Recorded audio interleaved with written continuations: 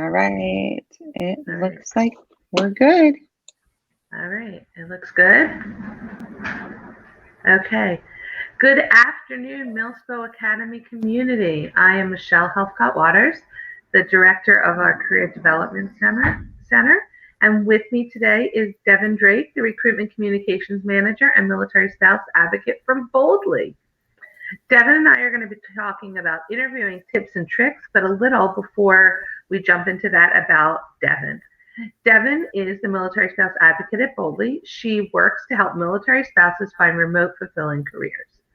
She has over a decade of business experience in various military organizations, as well as almost 20 years as a Marine Corps spouse and 20 years as an Army brat.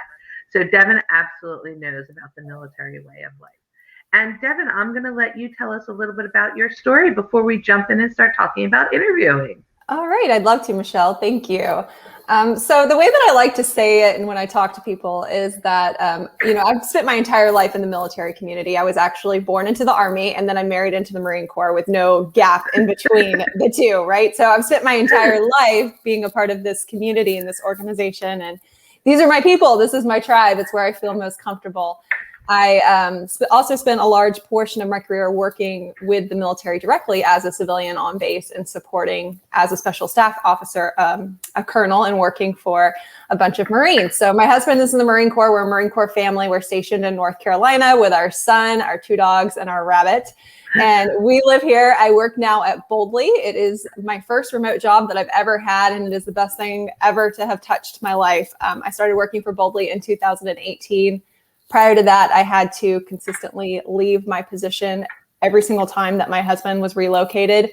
And during his move from Hawaii to California, I said, I'm done. I'm done with moving. I don't want to leave my job anymore. I'm looking for something remote. I found a remote job with Boldly. Boldly is a premium remote staffing company, and we staff executive assistants, marketing specialists, and social media specialists, and legal assistants. And my role here is not only the military spouse advocate, but also the recruitment communications manager. So I do a lot of interviewing, and I know we're going to be talking about that today. I interview anywhere from 5 to 7 people per week. So we get a lot of applications, a lot of people constantly coming in, and hoping to share some tips and tricks for those who are listening.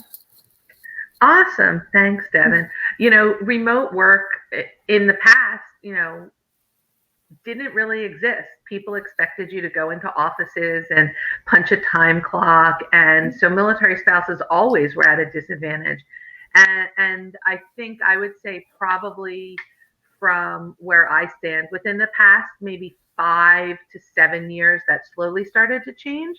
I look at it, our silver lining of the pandemic was companies had to let people work remotely and realize that the things that the military spouses who work for them, or maybe other workers that work for them who wanted that opportunity to work remotely, kind of got to prove that it really does work. And we're seeing that even with the return to work, a lot of large organizations, Fortune 500 companies, are allowing their people to work at home. So, tell me in general, Boldly works with people who have more experience, right? Yes. So generally our people have at least 7 years of experience in their career that they're doing. Now, it doesn't have to be a solid 7 years in the exact same role. They may come from various backgrounds. They may have spent, 3 years as a secretary, or 4 years as an executive assistant, and 2 years as an administrative assistant. But they are experienced in what they're doing. And our team on average has 12 to 15 years, more than that, of experience, but we do require a minimum of 7 years in order to join our team. And primarily the reason for that is because there's a lot of companies who do what we do, but we are the premium service that does what we do. So we support a lot of high-level senior executives and business owners who require a lot of high-level work. And so if you were to join Boldly and you didn't quite have the experience yet, you would be almost lost. And we want you to feel comfortable and confident in everything that you're doing. So 7 years is really the amount of experience that we found works really well with our clients and the type of work that they're assigning. Great. So you said you do obviously a lot of the interviewing and things like that. Um, Tell me about first impressions for people making interviews and how you kind of make that decision or judgment about a candidate. Yeah, first impressions are everything. One question that I like to ask people a lot is how quickly do you think an interviewer makes a decision, right? When you're getting ready for an interview, you walk in there, do they make it within like the first 20 seconds, the first few minutes? How quickly do you think they make it on average? And the answer to that is that most of them are made within the first 5 minutes. Most decisions with interviewers are made within the first 5 minutes. And that doesn't always happen, of course. Others take longer. And sometimes we don't even know after the interview. We meet and we're like, this person did really great in this area, but we also have this candidate over here who did really great in this area. How do we choose between the two? But so I like to encourage people to try not to get so focused on the time when they're in the interview, just to really stay in the moment and focus on making the most of your time. But do realize how important those first 5 minutes really are, because if you go in there and you're not ready to go, you mess something up within the first 5 minutes, that's going to play a part in how the rest of your interview goes. So if you're late, for example, or if you're doing a remote interview and you have technology problems because you didn't prepare your technology ahead of time in practice, or whatever the case may be, maybe you say something you shouldn't have, then just keep in mind of how that's going to affect the rest of your interview. Right. Those first 5 minutes really set the tone for the entire interview to come. And I know when I'm coaching people, it's always, start really strong. It sets the tone. And then remember that last 90 seconds that you're with the interviewer, that's the lasting impression you make. So it really is that first impression, last impression kind of thing. Absolutely. That last piece too. I'm so glad that you said that, because that's really your last moment to just like set it in there and let them know how interested you are. So I love that you said that too. I had a training partner who used to tell people, we worked with a lot of transitioning service members and senior service members. And she would say, just remember, you want to leave them with like that fluffy bunny feeling. If you can imagine, a room full of majors and colonels hearing a military spouse saying, leave them with a fluffy bunny feeling. I can only imagine. Everybody probably like burst out in laughter. But that's the truth. You want it's the way you want to start. I always say sunshine and rainbows at the beginning and fluffy bunnies in the end. And you put everything else kind of gets muddled together. And that's where, to the point that you made, when you have two candidates who've both done really, really great, where do you make that determination? Right, exactly. And sometimes it is in just the little small things. And as an applicant going in, you don't ever know if you're going to be the star the whole way through or if you're going to be neck and neck with another star. So it's really important to pretend that you're neck and neck the entire time so that you are always ready and always putting your best foot forward. Right. So let's talk a little bit about some of the steps that people take. So your resume got your foot in the door and you get that interview offer. Now what? That's usually when people panic.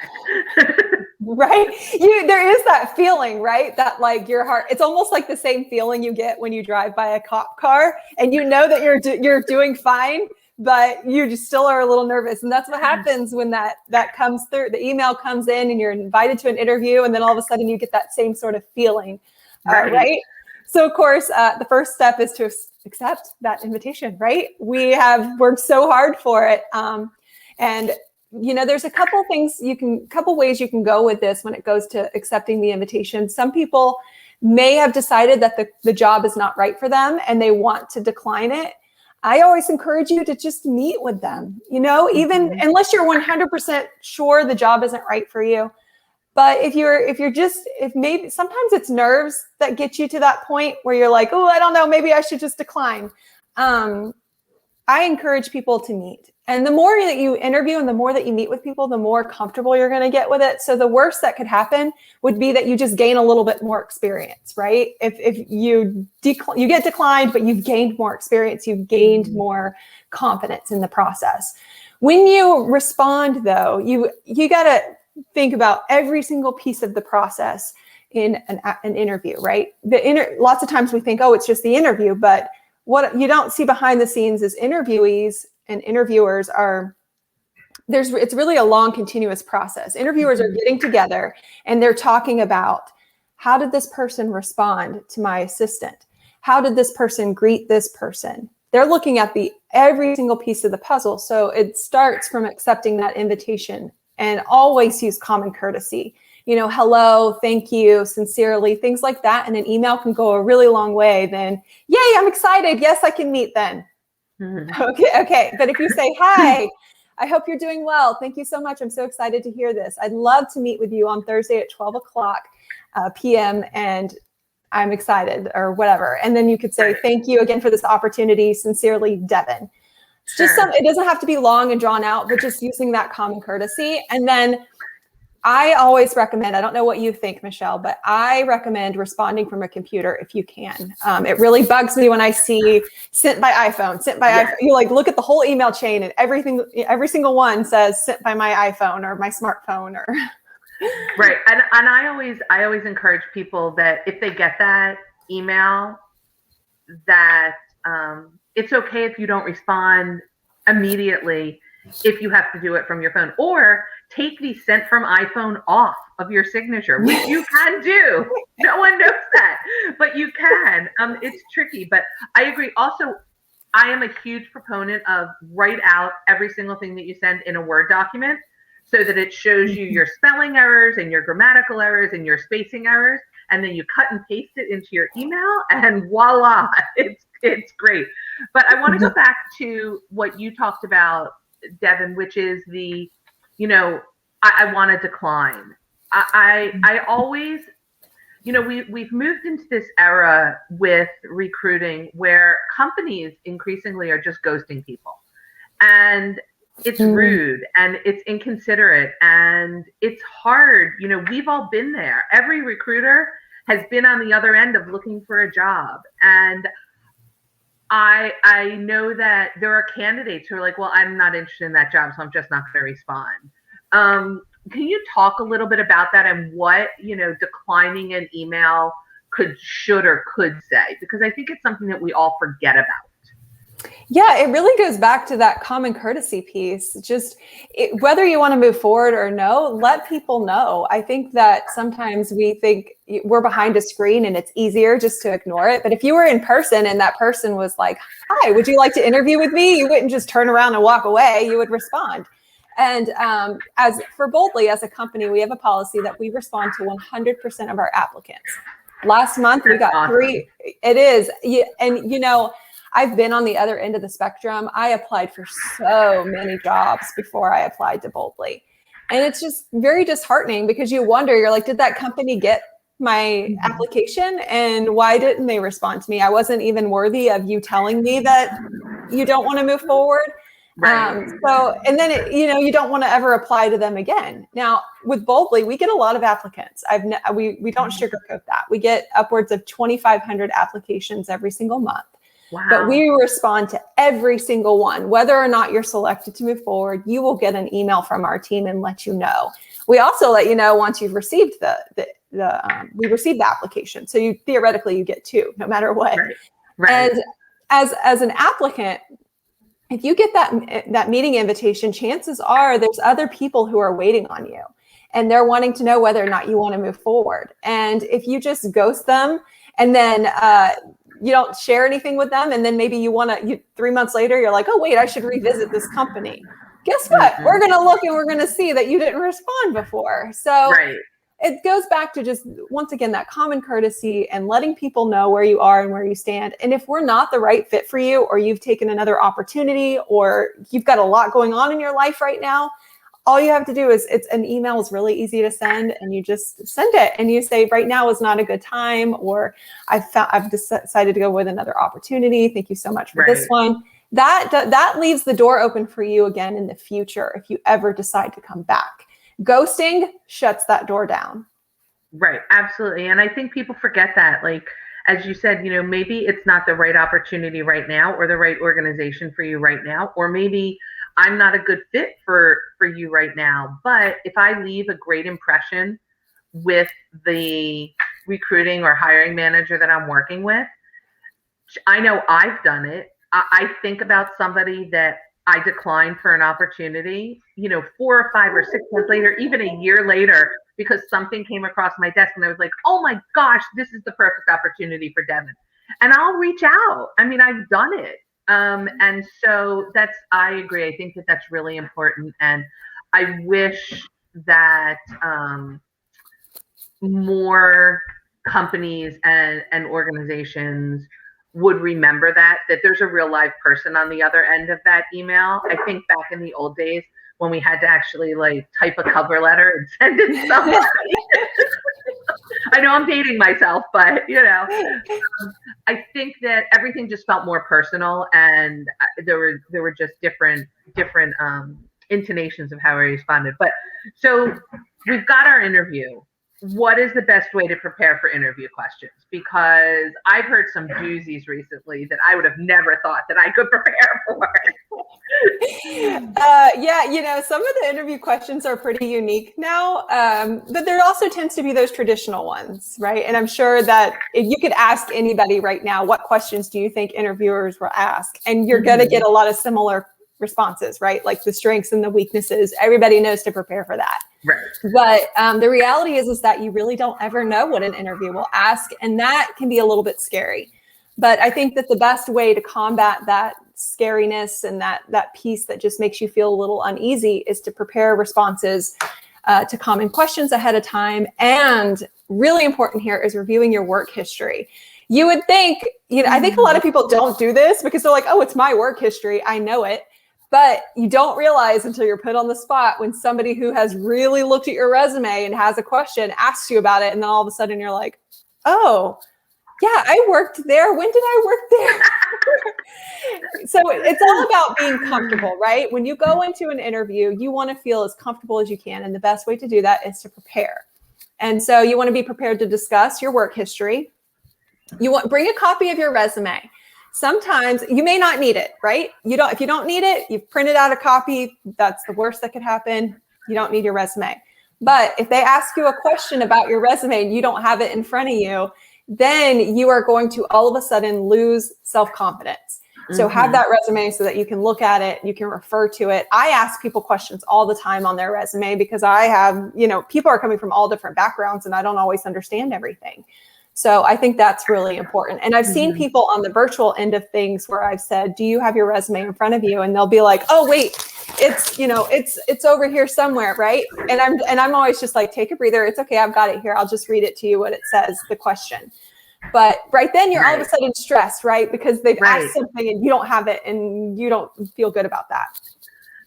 You also want to write down your the skills that you have and any experience you may have with software and things like that in case you're asked that question. Once again, it's one of those things I think we don't think to prepare about as much because it's us. Oh, I know what I can do and what I can't do. But then if somebody's like, what experience do you have with software? And you're like, oh, what are the software tools that I've used before? There's like 15 of them, but I can only think of 4. Right. When you're put on the spot like that, it makes you more nervous. So it's just being prepared. Of course, the about you question. 99%, if not 100% of employers are going to ask you some sort of question about, can you tell me about your work history? Or can you tell me a little bit about you? Or can you tell me where you are right now? Or something along those lines. So be prepared to answer something like that in a manner that is informative, but not just drowning on and on and on and on. Keep in mind, the interviewer has other people to interview, right? And your time is valuable. Right. And with that question, especially, one of the tricks that I share with the candidates that I work with is divide it into thirds. So that first,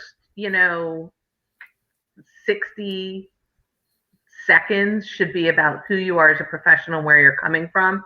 And then that next part is, why you do what you do, what's your fill your cup, what's your passion. And then the end is, a real quick wrap up of why you're here interviewing. I think it's so funny in that question and end of interviews, sometimes I've gotten to the end of an interview and I don't even know whether the people are still interested or want the job because they never say they want the job. Yes, that's something that we actually talk about on our team. We'll say this person seems amazing, but they didn't say one thing about Boltley. So I don't know, is there any passion there for the company and the job itself, or is it just another job to them? Right. What about, the greatest strengths, weaknesses question? That one can go all over the place. Yeah. It's challenging. It's a challenging one, especially on the weaknesses side. What do you say so that you're being authentic and expressing something, but at the same time, not something that's going to impact the role? That is just a tough question. Honestly, when I'm interviewing, I don't even ask it because I feel like people are so conditioned these days to have a prepared response that's not genuine. And I don't mean that horribly. Nobody genuinely wants to say that, oh, well, I'm terrible at managing my time. Literally, I'm terrible at that. You don't want to really say what you're terrible at. But if you are asked it, it is good to have responses prepared. And I think if you can point out a weakness that relates to the position itself and how you can combat that. So for example, maybe they're asking for somebody who has experience in scheduling, right? And you could say something along the lines of, I don't have a whole lot of experience in scheduling right now. I've only done that for one other person, but I have been practicing using this software or watching this training video, and I'm thoroughly confident that I can continue to learn and pick up that skill quickly. I would focus it on something like that instead of just trying to fill it with some, we've heard them. We've heard the like, oh, I can't say no to anything. I'm the yes person, but like the weaknesses that are meant to really sound like a strength. But I think in my personal opinion, if I was preparing for an interview and trying to find something, I would find a skill that they're asking for that maybe you haven't honed greatly yet. And you can speak to that and how you can learn and grow and evolve and get there to where they need you to be. Right. And I think that that's a key, how can you learn and evolve from that? Right. Because I think that sometimes, questions like that are, as the interviewer, I want to know that you can look inside yourself and recognize that no one's perfect. And that you can take direction. For me, that's a big thing. If somebody can talk about where they've needed support or asked for support or what their processes are, indicating that I can also take direction about that. I think for any employer, that's a really important piece of the puzzle for an employee. And I love hearing people just say that they're willing to learn. I think that shows so much because so often you hear people who are very stuck in their ways and they start a job and then you have something else you'd like them to do. And they're like, wait, no, that's not part of my job. I don't want to do that. But somebody who can show that they're willing to learn and grow really goes far in an interview. Right. Like I love when people talk about that line that's on, every job description, and any other duty that's assigned. I interviewed somebody and they had a great story about that. And they were joking and, the best interviews are when you can get people laughing, obviously. And they talked about how they just told their boss that they just had to draw the line at like getting the kitty litter. It was just too far out of the job description. But it was they were showing that they were willing to, be a team player and they were willing to go outside of their comfort zone to do things. And it ultimately, even though they didn't have all of the qualifications we were looking for, it won them that job because they were so open to learning and, self-improvement and things like that. So it was really great. Tell me, we talked a little bit about first impressions at the beginning. It's become increasingly important when interviews are being held on camera to be presenting yourself in the right light. What are some of the tips and tricks you have for people to be able to do that and walk into an interview from their home confidently? Yeah, so remote interviewing is different than in-person interviewing in many ways, But the one thing that it has in common is that it is still a professional interview. So you want to do everything that you would be doing for an in-person interview, plus a little bit more, right? So we talk about the in-person interview, we know to dress professionally, right? Same thing for a remote interview, dress professionally.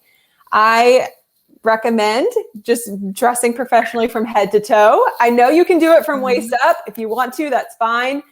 You will feel better if you are head to toe all the way. A lot of it has to do with how you feel, right? You want to feel good going into this interview, head to toe, looking professional and something comfortable. The next thing that I recommend is to clear any distractions that you have. It doesn't matter what's going on, on the other side of your screen, as long as it's not distracting you, of course. But when I say distractions, I mean like what's behind you. Is there stuff back there that the interviewer is going to see that is going to be distracting from you? They're not going to be able to focus on you because they're too busy looking in the back at all of the things that you have on display. So getting a wall behind you that has nothing on it, or maybe an office or just a few pictures or something like that, keeping it very, very simple. You also want to check your sound and your lighting. Generally, it works best if your lighting source is behind you for a remote interview. If the light is coming from this way, it'll silhouette you, it'll make you really dark, and you want to put as much light on you as possible. You don't want them to struggle to see you. If anybody has had a kid this past year in school on Zoom, you could tell which kids had the lights behind them and which kids had the lights in front of them, because the ones with the lights behind them, you couldn't even see the kids. So your lighting is really, really important. Your sound is important. You don't necessarily have to have a microphone. If you have one, that's great, but just making sure your sound works. Check that ahead of time. You want to make sure that all of those pieces are working so that when the time comes, you can just sign on into the Zoom interview or wherever it is that you're taking the interview from, and you feel comfortable with your equipment and everything that's working. You want to make sure that you arrive either a little early, but definitely on time. Don't be late, right? Even to a virtual interview, likely the person who is interviewing you has been there a little bit early. So if they're there 5 minutes early and you're 3 minutes late, that person's been waiting on you for 8 minutes. Once again, as long as you're on time, that's the main thing there. That goes for in-person and virtually. And then equally important to the preparing all these questions is how are you going to present yourself? And this goes beyond just your attire and what you're wearing, but this goes with, are you making eye contact? Do you appear to be distracted? Are you moving a lot? I've got a chair with wheels on. If I was going in an interview, I would not be usually I change it even just for talking on a live, and I didn't for some reason, I forgot. But it's really easy to sit here and then just start moving, right? Because you're nervous and then that's distracting. So smile, of course, is the best thing that you can wear. And I know that's not always easy for people, but when you smile, you open yourself up in a way that makes you seem friendly and personable and engaging. And that's hard to do when you're working remote. So you'd miss out on a lot of the nonverbals when you're in a virtual interview. So anything that you can do to help enhance that is going to help. And so my opinion is that one of the best things that you can wear when you go to a virtual interview is your smile, and having just an open mind and talking to them in a clear way and feeling confident. Right. And I think, with remote interviews, so many phone screenings are happening now. And, as you said, you don't get sometimes those nonverbal cues. One of the great tricks that I learned is when you're on a phone interview is to have a mirror that you're talking to, so that you can remember to smile, because our voice changes. Like you said, your voice changes, you open up, you can see if you're frowning or, you're not really focused. And so if you can see it on the mirror, it just brings a different energy. So we just got a great question. What are your thoughts on virtual backgrounds? Ooh, this is a really good question, because I actually was just talking with somebody on my team about it today. This is like perfect timing. I think it was like this question was meant to be asked. Okay, so I'm of two minds with virtual backgrounds. I'll go ahead and say that. I met with someone. It wasn't an interview. It was just a meeting, and they had a virtual background on. And for some reason, the background that they had made their teeth all silver. So it looked like they had a mouth of metal. And then they had a water bottle, and the water bottle was clear and it was see-through. So whatever was happening with the screen. So every time they took a drink, I could not see the water bottle, but all I could see was their mouth doing this. Right? So it was so distracting and unprofessional. Of course, it made them look unprofessional. Not that they were unprofessional, but I thought to myself, I'm like, oh my goodness, I would be so embarrassed. I never want that to happen to me. Now, with that being said, I interview people all the time who have the backgrounds, and that is completely fine. I never hold a background against someone. I've never seen an unprofessional background. I should say that. It's not like they're on the beach. It's usually an office setting that they have swapped out. But I will ask them if they have a private office space that they can use, because if they're using that background, I can't see if they're in an office. Right. So that's, just to ask them if there's an office space that they're able to use, and make sure that they're just, not taking the interview from some crazy place that I have no idea where they are. They could be in their car. I have no idea where they are. I don't really know how they work, honestly, because I've never used one myself. But so my overarching answer is that if you bring one to an interview and it looks fine and it's professional, I think it's okay. But personally, I would avoid it. I think it's much more, what's the word I'm looking for? Not stable, but safe. If you know what your background looks like and that nothing is going to glitch and your mouth isn't going to go silver or something like that, which is distracting. Very, very distracting. And sometimes with those virtual backgrounds, they create, weird auras around you because they're green screens. So I agree. I find them very, very distracting. I think they're much better for once, maybe like if you're meeting with another team member and you guys want to just goof around and be but for an interview, I just think they're better not to use them. I will never use one because I'm scared of them. Ever since I met with that person and everything was going invisible, I was like, nope, I'm not going to do that. Right. And I think a lot of people too, sorry, I didn't mean to interrupt you. I just want to point this out that I think a lot of people ask me all the time if I'm in an office or where I'm at, where am I located? Am I in a physical location? And Boldly, sorry, my hair is distracting me. Boldly is 100% remote, right? We do not have a physical location. So what you're looking at right now is actually my home. You see what I want you to see, right? You see this nice screen, you see Boldly, you see some eucalyptus, but what you don't see is what's behind my computer. You don't see my rabbit cage right there, right? Mm-hmm. You don't see the door to the bathroom, the door to the kitchen, the door to the closet. You don't see any of that. You see what looks professional and business-like. And that, I think, is really important. If you're going into a virtual interview, there's got to be somewhere in your house that you can create. This is a very small corner of my house, but it looks fine. Right. Right. And I think that, that's definitely challenging for people. I know for me personally, it was challenging. I had to give up my office because I had an extra child come home. Oh no. Good. So my office and my background is now in our family room. But that's okay. It's making things work and making sure that you do have that dedicated office space wherever that may be, where you can work and the people in your household respect that that's your office with or without walls. Right. I know I have a colleague who has younger children, and so she took construction paper, green, yellow, and red. So green was they could come and interrupt when she was at her desk, and yellow was, stand there and wave your arms at mom. And then red was you better go run the other way. And if there's no other grown up in the house, like it doesn't matter. Don't interrupt me. But I was like, that's brilliant. I was like, God, I wish I had that when I was in some real offices with some colleagues. Like I got the color on the door. Yeah, that would be but great. I think that we've all gotten creative in how to define those workspaces. So let's talk a little bit about the end of an interview. As we said in the beginning, it's 5 minutes and an interviewer is making some pretty definitive in their mind decisions already. So now it's the end of the interview and it went swimmingly, no big hiccups, you think that you did great. How do you leave and get out the door? Well, let's address first of all the questions, right? So at the very end, every interviewer is going to ask you if you have any questions. And I think there's like usually mixed feelings on how to address this question. People say always have questions, no matter what, have questions. I think, just because once again, I interview 5 to 7 people per week. So I'm interviewing a lot of people. So I get the same questions over and over. First of all, my recommendation is to make sure that you research the company so much going in that you don't ask any questions that could be easily found on their website.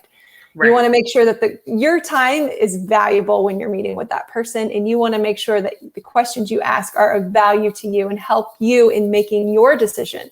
Because not only is the interviewer interviewing you, but you're also interviewing them and finding out if this really is the company that's meant for you. And so you need to use that time really valuably. Prepare. So if you have questions, prepare them, write them down. If you're in a virtual interview, you can type them up ahead of time, whatever you need to do. I love answering questions. It's one of my favorite parts when I get to the end, especially when I can tell people who have really researched and they ask such good questions, because I love my company so much. I love to share about them. But it gets really exhausting when they ask questions that they could have found really easily. Or questions that I could tell that they really don't care what the answer is. They're just doing it because they feel like they need to. They're asking a question just because someone has said, make sure you have questions prepared. And you get to the end and you can tell in the way they articulate the question. And it's just not a question that you usually get. It's one that doesn't feel genuine. And then also questions that are focused on me. So I don't mind if I get to the end and somebody wants to know, how long have you been with Boldly, or what's your favorite thing about working with the company? But when all 5 of your questions are about me, I'm like, do you really care that much about me? And maybe you do, I don't know. But wouldn't you rather know what's going to happen when you onboard with Boldly, and what's going to how do we match you with a client? Wouldn't you rather know about that than about where I plan to be in the next 5 years? Right. That's just my take on it. What do you think, Michelle? Right. So, I am a big fan of asking questions that will move the process forward. So, one of my favorite questions is, can you tell me a little bit about the team that I'd be joining? That's a great question. Yeah. And because I feel the same way, like, you should have done your research if you knew who was interviewing you. I sent you an email. Get on LinkedIn and read my LinkedIn profile. You can find out a little bit about me. You don't need to be asking me. I don't have a problem, as you said, with people who, ask that one question, like, what drew you to Boldly? I think that's important, because I think that talks to, usually as the interviewers, we would then talk about really towards the company culture. And I think that's important. Like you said, people are interviewing the company as much as the company is interviewing them. But I also like to, tell me about what my first 90 days would look like. Those questions that are going to put the interviewer thinking about me in the role already are some of my favorites. And, I've had some very, very bold candidates that have actually ended the interview saying, I hope that you feel the interview went as well as I do. And I would love to walk out of your office today with an offer. Which is really, really ballsy, and I've never made an offer like that, obviously, but it was then the follow-up with the person saying, I completely understand. I just really want you to know that I think that this is the right place for me, and this is the great opportunity for me. And I'm so excited about moving forward in the process. And, those are kind of the candidates that last and stay with you, because they said, I really want to be here, and I'm going to go out on a limb and I'm going to try it, and maybe it'll work and maybe it won't, but then had the follow-up. But I am a big fan of those questions at the end. I think anybody who walks out the door and says, no, I think I got all the information, I learned what I needed to today, thanks so much. Like, for me, that says you're not interested. Right, exactly. Or have you really thought, like, the next steps? Do you really care that much?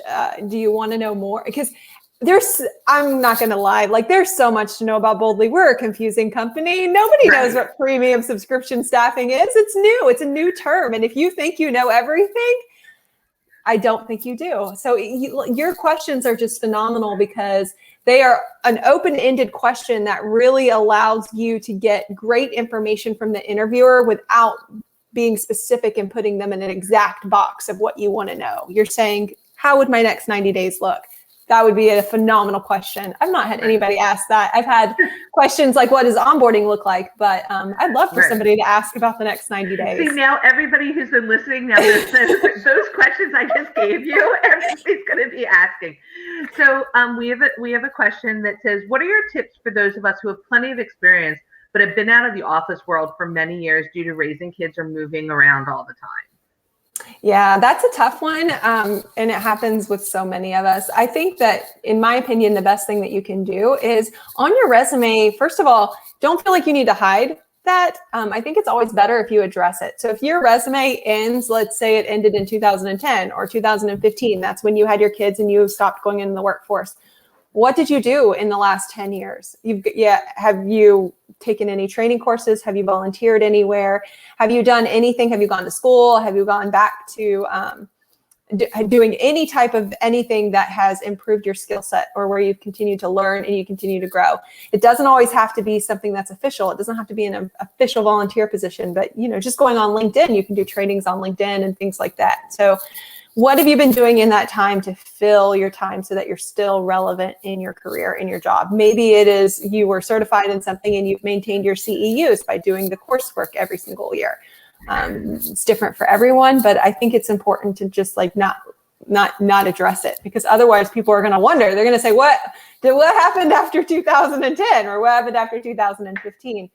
And for Boldly as an employer, we understand that parents take breaks. Not just military spouses, but parents in general, they take breaks to have their kids, to raise their kids. And to us, it's not so much of a red flag. It's not a red flag at all, actually, if you have a gap like that in your work history. To us, the red flags are more of the person who has changed their career every 6 months to 8 months. When you look on there and you've got a resume and you can see that they've worked from 2020 to 2021 here, 2021 to 2019 here, 2019 to 2018 here, 2018 to 2017 here, right? Because then it's like, wow, so how long are they going to stay with us? Right. That's what the question becomes. Absolutely. And it's not necessarily like the military spouse type role, right? We understand that military spouses leave. It's the person who's been in the same state, in the same city, and they've just jumped around and they haven't stayed at one position for a year. That's more of a red flag than gaps in the resume. And what is your recommendation on gaps? Do you have a specific? So, I actually posted this on LinkedIn a while ago.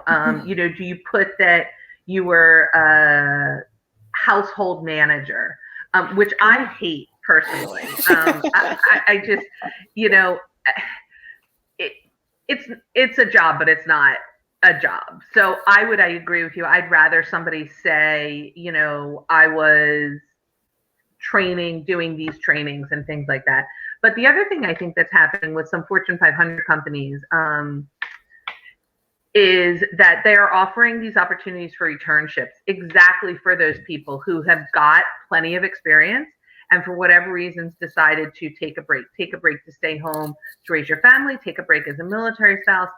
And so it is addressing, some of those gaps. Now, unfortunately, most of those are not remote roles. But if you're at a point where maybe your spouse is now retiring or leaving the military and you can plant roots somewhere, that's also a great option for people, I think, to be able to look at in certain areas, because that is becoming a new area to get people back to work. And I also think, be honest. I think it's something you can address in a cover letter. Don't hide it. Say, I understand, address, tackle that elephant in the room right up front. Here's all the great things that I can do that fit this job role. I want to address right up front why there's a gap on my resume, and get it out there. If you make it part of the conversation, you then own it, not somebody interpreting what those gaps are. Yeah, I really like when I see somebody do that and they use the word planned. Like they'll say something like planned sabbatical Yeah, or whatever, or exactly. planned break from employment to raise children or something. Like Yeah. it was planned, like this was part of my life plan, and that plan now has come to an end and I'm ready to go back to work. Right, right. So just to wrap up, what are the most important couple of tips that you want everybody to walk away from today with about interviewing? I think that the most important tip that I can give you is to practice and to be confident in yourself. It doesn't matter where you're interviewing, it doesn't matter, it's just like public speaking or anything that you're doing, anything that's new and unknown is going to feel a little bit scary. It doesn't matter who you're talking to. I do presentations all the time. I talk to people all the time. I did something different last week that I haven't ever done before, and I was nervous. You should have seen me the 2 days before, pacing around, right? Hardly eating anything. And then afterwards, like the endorphins, and you're so excited. Interviewing is like that because you're going into the unknown, and the best way to feel comfortable and better about it is to prepare and to practice and to know the company and to know yourself. So once again, look at your resume and know your work history so that you feel comfortable and confident in answering questions related to it. Know the company so that you can go in there and you can ask relevant questions about the company. And also make sure that you feel confident in what you're wearing, in your attire, in your setting, so that you have nothing that is making you feel less than your perfect self. If you're wearing high heels that hurt your feet, ditch those bad boys.